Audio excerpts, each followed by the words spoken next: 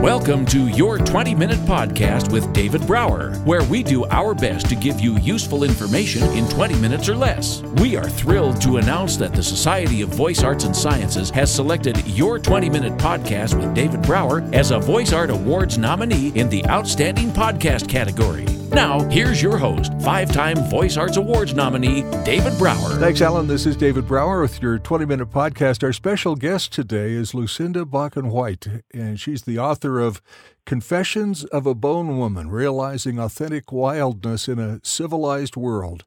And that's got to be one of the most interesting book titles I've ever heard. Welcome, Lucinda. How are you? Hi, David. I'm great. I'm really happy to be here talking with you. I'm just so fascinated by your bio, from where you were to where you are and how you got there. Let's go back to maybe before, maybe when you were a child, maybe when you were a single mom in the 60s. Where does your story start? My story does start in the 60s. Well, actually, I was born at the very end of 1959, 3 days shy of the new year, and was raised as a young child in the 60s, which was a hippie era, but my mom was not a hippie. She raised me as a single mother and had to work really hard to simultaneously get a college degree and a job as a teacher. But she didn't burden me if it was difficult for her at all with her problems. She just allowed me to be free and play in nature. Wow. So I was very happy and deeply connected and had friends in the neighborhood and cousins. But then when I was 11, she remarried a man. She had worked her way up to getting the degree and working at a school as a teacher, a coveted school district, and she married a man who was very affluent. And overnight we moved, and it was all new: family, hometown, friends, values for me. Wow. And to the outside world, I looked really lucky to be rescued. Sure. But I was actually shaped into the system to become a yuppie. And it was very, very hard for me to do that. Well, I can't imagine. I mean, just on the surface, being a young girl, 11 years old, and being out in the wild and enjoying that and having that be a part of your heart and your passion and the way you live, and then all of a sudden you're jerked, for lack of a better term, into this affluent role, and it had to be like a train wreck. I can't imagine. It was very traumatic for me, and I didn't even know it at the time because I was only 11, and then, of course, soon after going through puberty. And my dad loved me very much. He adopted me. And my mother, they had 3 babies together right away, so my mother was very busy with the babies. And my dad took me on in a loving way, but I was shaped by the masculine view of what it means to be a modern woman. And I wanted very much to please him, but it was important to him that I was slender and highly educated and achieved high advanced degrees. So I struggled really hard to do those things that he wanted me to do, and those values were reinforced by the media and the overarching culture as well. You bet. And the promise was, if you do this, you'll be happy and successful and well-loved. Yeah, welcome to the rainbow. Exactly. So guess what? I did it. I went to UCLA. I starved myself on diets. I got a master's in business. And then I was 27 in the year 1987, it's way before the internet. Right. And I got a job at IBM, which was very competitive. I beat out a lot of people, and it was a very prestigious job. So there I was at age 27, living on the beach in a condominium with my girlfriends, driving a 911 yellow Porsche to IBM. And I had it all, except one day at work, I realized something was wrong. There was a disconnect between the thoughts and feelings in my body and my head compared to how I looked on the outside. And when I tried to talk about it with friends or family, they all looked at me and said, "I don't feel sorry for you. You have it all." Wow. One girlfriend was struggling with her weight. Another person couldn't get a job. Another person, her parents are going through a divorce. And everyone said, "You have it all. The perfect family unit, money, you're pretty, car, job. Get over it." Wow. And so then that made me feel worse. I For thought, sure. You're right. There's something wrong with me. How can I have so much and be so miserable? So it caused a crisis. I quit IBM at a time when everybody at IBM was a lifer. Nobody quit. Yeah. And I spiraled into a suicidal depression. Been there. Yeah? Been there. Yeah. Really? Yeah. How old were you? 62. Really? Yeah. How did it change your life? I got some counseling, who I still go to once or twice a year. I prayed a lot, confided in my wife the very moment I was close, and went to our pastor, talked about all that, and got on the proper balance of meds, if you will, to help me control it. And ever since then, I don't spiral anymore. I think about it once in a while, but it's more of a, we don't need to think about that. Let's move on to something else, Exactly. In retrospect, are you glad it happened because you came through it and it changed you in a positive way? I am, really, because it's a story that I would have never been able to share, and occasionally it helps somebody along the way. And so for me, that's the payoff, is to turn that experience into something positive to hopefully help somebody. Oh my gosh, that is exactly what I'm doing now, because I want people to see that the wounds are actually an experience that gives us a lot of wisdom.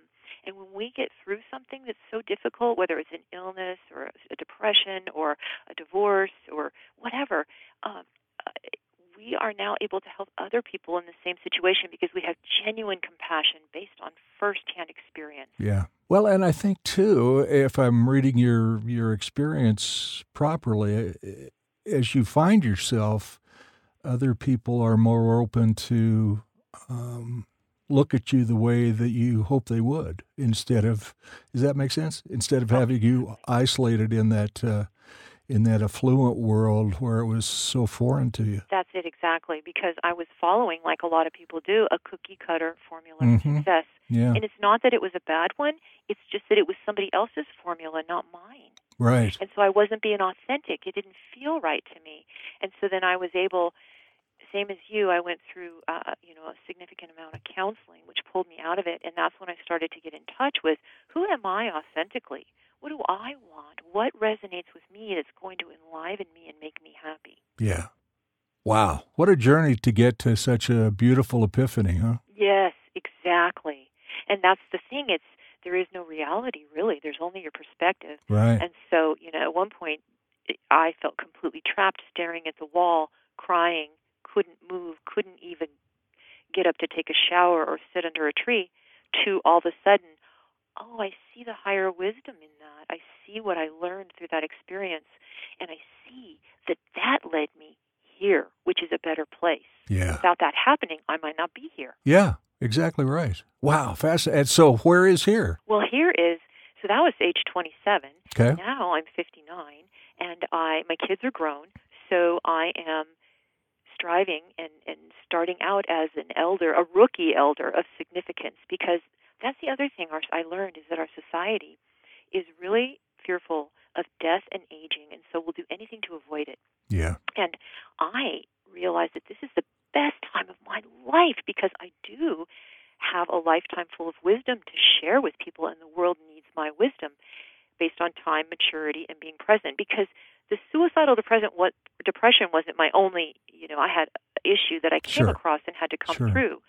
And so all these things I paid attention to and moved through them with different modalities. One time it was a psychologist, the next time it was something else. And I gathered all these things together so that now I was able to write my story in a memoir and tell people, demonstrate another way of moving through struggles and seeing them from a different perspective. And so now I do public presentations on these topics, and I teach, and I write a weekly blog, and I counsel people. I guide them. And so what happens is I found out that when I was working really hard for survival, we have to do that to master food, shelter, and clothing, it became exhausting over time because I had built up more friends and more responsibilities. But now that I'm doing what I really want to do that's authentic, and that's sharing this wisdom that I've gathered, I'm more enlivened. So I'm working just as hard, but it's a different kind of energy. It's a higher vibration energy because it's authentic to me.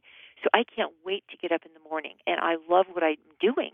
And it came after a life, of going through all the life stages of being young Sure. and then Sure. being married and having children. And so now, as an elder, I want to share the wisdom to help the younger people who are in their 20s struggling like I was. Well, I think the other interesting thing, if I hear you properly, is where your goal previously was education, family, money, business, all the stuff that all the magazines and all the media say where we need to go. And now you could care less about money. The money just comes from what you are and where you are and what you do to help other people. Yes, that's it. And it relates to what I'm doing as well. Like, it's not like a grind. It's it's a creative thing that comes from inside of me. It's inspiration. Wow. It comes That from is so inside cool. of me. And you've got on your site, there's so much stuff on your website, and authenticwildness.com or Lucinda Bakken, is it lucindabakkenwhite.com? Yes, either one will get you to the website. Okay. And so I'm on authenticwildness.com, and it's fascinating, all the things that you make available to people for free. The meditation fascinates me. The blog is exceptional. Your book, I love the cover of your book. That just blows me away. I won't even pretend to describe it. But it's so cool. I mean, it sends such a message of, wow, I got to stop and think about that for a minute. Oh, thank you. Well, the subtitle to the book is Realizing Authentic Wildness in a Civilized World, and it speaks to those two parts. You know, we do have an exterior image and persona and facade that we use to fit in, because we do crave human contact and Sure. connection and belonging. But I think all is good until it gets out of balance. So when we do too much of that, we lose track of who we are authentically on the inside. And then there's people that are so connected to who they are on the inside that they just can't relate to the outer world. So I just love realizing authentic wildness. That's the inspiration I talk about that wants to move, and it's spontaneous and curious like a child. And it's not thinking, what will people think? Will I make money? We're just doing it because we're compelled. But we are human beings, and we do need to master food, shelter, clothing for survival, Sure, and we sure. want to fit in for connection. So that's important too. And so that's the subtitle. What I'm talking about throughout my life in my book is finding that balance between the two. And then the photo of me holding up taxidermy deer in front of my face speaks to that balance of being natural and authentic and also being human. Because a long time ago, before there were podcasts and workshops and psychologists, our ancestors used to look at animals as their guides. Yeah. And animals would inform them of how to be authentic, because a wolf would never think of acting like a squirrel. Right. And so what we've been talking about here is how I followed a cookie-cutter formula to success, and it didn't make me happy. So knowing who my animal totem is, by studying the animal's behavior, I am able to pick up those qualities and get more in touch with who I am authentically. And isn't there a piece of that 11-year-old girl that still hangs out with you? Yes, and that is the secret exactly. A lot of people forget who they are as a child because society wants us to grow up and be so professional and behave. And a lot of times what our childhood dreams are, maybe we wanted to paint or sing, and people around us said, you can't make money, don't do that. That's not a value, or you're no good. Right. And that is still there, and it's authentic. And so when people are struggling or tired or sad, I ask them to daydream about their childhood. What did you do when you were a child that you loved to do, just to do? And if you can reconnect with that, that is the path to follow to your authenticity, to the enlivening energy, the inspiration energy. So exactly, that little girl is with me. I've brought forward my connection to nature into this eldership years. I love it. Absolutely love it. And everybody has, at some place in their young life, has that authenticity, and you can help them find that, right? Exactly. That is so true. Every single person out there has an inner authenticity, an authentic wildness. It is longing to express itself, and that is exactly what I do. I help guide people to be their own inner authority and to reclaim that authenticity. Wow. How do people get in touch with you? What's the best way to of course, your website has tons of materials and things to click on and read about and all that. But if they really are sincere and want to get in touch with you and have an individual program, is that possible? Yes, definitely. And the best thing to do, the easiest thing, is just to go to the website, and on the last page there is a contact thing. You can send me an email, or with the giveaways, you'll automatically connect with me if you sign up for the blog or something. But everything's on the website, so just keep it simple. Yeah, it is really simple. I love this one blog post, the difference between judgment and discernment. That is a conversation that I have in my head and with my wife over the last few years is trying to focus more on discernment and kick judgment to the curb, and that's really hard for me. Yeah, it is. I went through this phase when I was much younger where I felt like I was judging people, and that if I was with girlfriends, they were gossiping, I was participating, and it didn't feel good afterwards. Yeah. So I said, okay, I don't want to judge. I'm not going to live vicariously through someone else's life and compare myself to them to make myself feel better. So I stopped my subscriptions to People magazine and thought, I don't need to worry about other people's lives. But then I ran into situations where I felt like I needed to judge, and I really dove deep with this. And what I realized is judgment creates disconnection, because when you judge, you're automatically creating right, wrong, good, bad, and that's a line in the sand. Yeah. But if we are all open and we just love everything and everyone, then you can compromise yourself. What if the PG&E guy coming to the door is a burglar? Right. You have to discern, is it right to let him in? And we're not meant to hang out with every person or be everybody's best friend, so we discern. Does this feel right for me? You meet them where they're at. You honor their differences, but say, yeah, you know what, I don't think I want to hang out here. Or maybe once a year is enough. That's discernment, which creates boundaries and protection without a fortress where nothing can get in, or being wide open and too much gets in. Love that. Absolutely love that. I'm going to listen back to that 45 seconds many times. That was really and so good. I always ask myself, is this going to create division or unity? So discernment is still connection, because you honor that person and their difference, and there's this underlying little thread, versus judgment says, nope, line in the sand, you're wrong, I'm right. Yep. Black and white, here we go. Yep. Fascinating. So on your page under offerings, it says, Dear Wild and Tamed Souls, and those have to be totally different. Is that right? Yes, that's the balance I'm talking about. Yeah. So we get tamed by civilization and the rules of our family and our culture and our community and the schools we go to and our friendships. There's rules, right? Right. And that's fine, because that gives us, guidelines for how to fit in and connect. But again, when we overemphasize it, it gets out of balance, and then we're just trapped animals in a cage, and we can't do anything because we're following so many different rules, and half the time they don't even line up. This group thinks this rule, this group thinks that rule. So a wild soul is not someone who goes out and parties and gets drunk. That's the dark end of that spectrum. A wild soul is connected to their authenticity. The soul wants to move. It's that childlike essence, not the immature person that never grows up. It's that pure childlike essence that wants to play, that's spontaneous and curious. Absolutely. That's a wild soul. That's authenticity. Wow. And then the tamed soul is domesticated into the rules and the rote routine, and that kills the soul. Absolutely right. Wow. Folks, you got to reach out to Lucinda Black and White. It's fascinating stuff. AuthenticWildness.com is her website.